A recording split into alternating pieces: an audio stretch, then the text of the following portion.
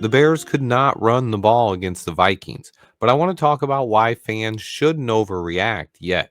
Yes, the Bears struggled to get anything going on the ground on Monday night.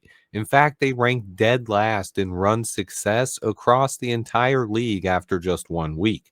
Some people are using this as evidence that the Bears needed to upgrade the running back room, while others are blaming the coaches for not getting rookie Kyle Monungai involved. But there is plenty of reason to believe that this was just a fluke and the Bears could be a much better run team going forward. Although week 2 might not be the game where we get right either, as we faced yet another one of the best in the NFL at stopping the run. The Vikings are one of the best in the league against the run, and the Lions are also a top 5 unit when it comes to defending the run.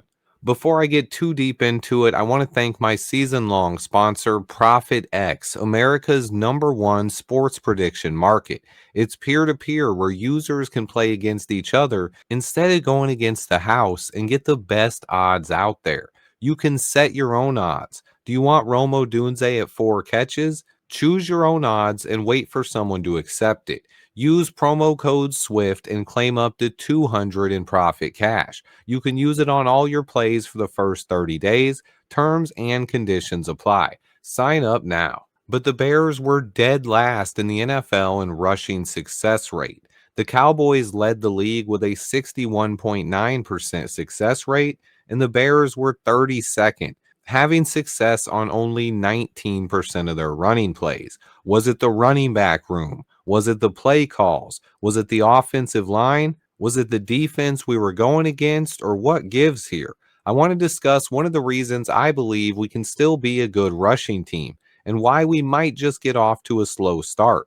Besides the fact that our offensive line needs some time to gel, there are a couple of other factors, and the defense we were going against is a huge one. A lot of people are talking about the lack of success the Bears had on the ground, but I believe it's being completely overlooked by fans and media members alike. Something I talked about before we played this game, the Vikings are simply one of the best teams in the league at stopping the run.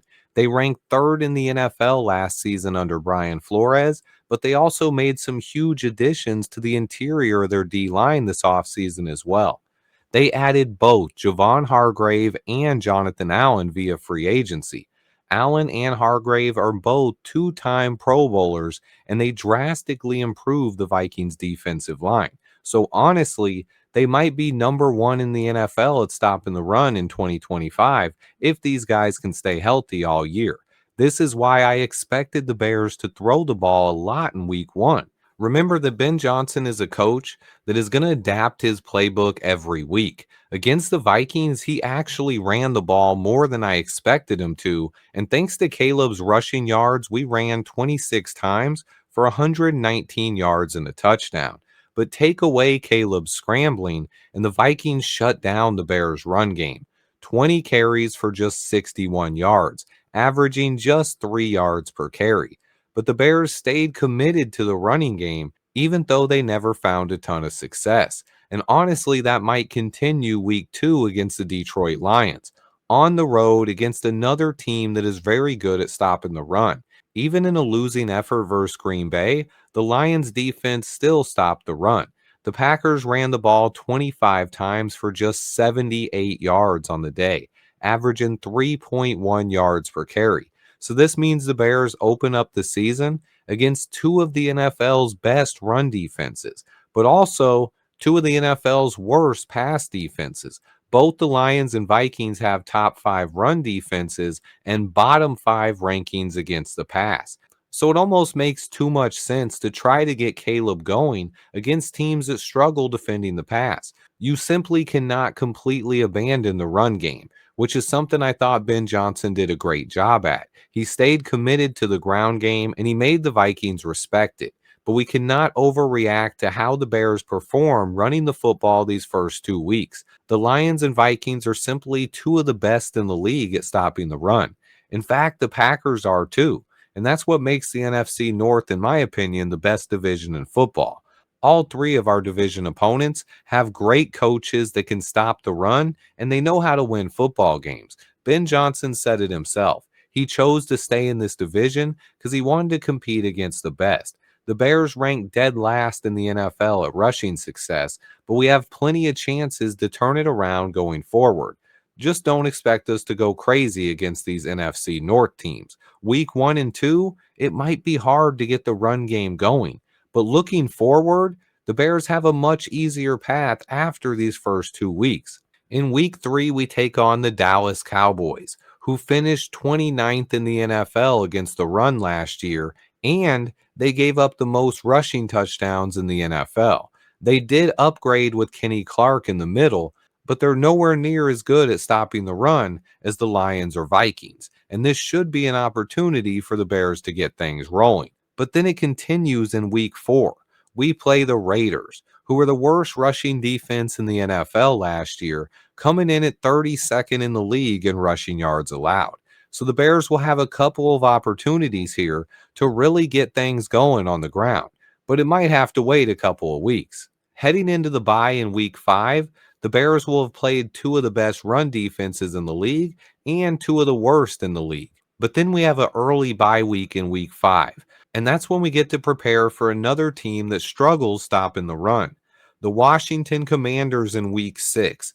They were 30th in the league against the run last year, and they lost Jonathan Allen in free agency to the Vikings. So the Bears will have 3 straight matchups here after the Lions game to really get things going in the run game. If DeAndre Swift and company can't put up numbers against 3 of the NFL's worst run defenses, then it might be time to panic. But right now, I think we just had a tough loss. And overall, we had a better rushing day on the ground than the Packers did in their victory. So I'm not overreacting here. Hopefully, DeAndre Swift will get things rolling on the ground. But I also expect Ben Johnson to utilize rookie Kyle Monungai more as well. Keep an eye on that. A lot of people have already made the conclusion that the Bears running back game simply sucks. That we made a mistake going into the season with DeAndre Swift as the lead back and not bringing in any competition other than rookie Kyle Monungai. Remember, we live in a microwave society that expects instant results. It was just week 1, and we actually outplayed the other team on the field. Yes, as Bears fans, we've been patient for a long time, but I've heard a lot of people talk about how bad we are, how we should fire Ryan Poles, etc., etc. But I haven't heard anyone in the media or on a podcast even mention that the Vikings are possibly one of the best run stopping defenses in the league. And this is something I talked about all last week leading up to the game. Context matters, and we cannot overreact to one football game, especially week 1 in the NFL that is almost always an outlier. Remember, Caleb Williams and the Bears won in week 1 last year. How did that turn out? Let's give these guys a few weeks to get going. But I am curious how you guys feel. Let me know in the comments what you expect going forward. As always, I appreciate everyone who watches. Please remember to hit that like button for me. Stay tuned. And until next time, bear down.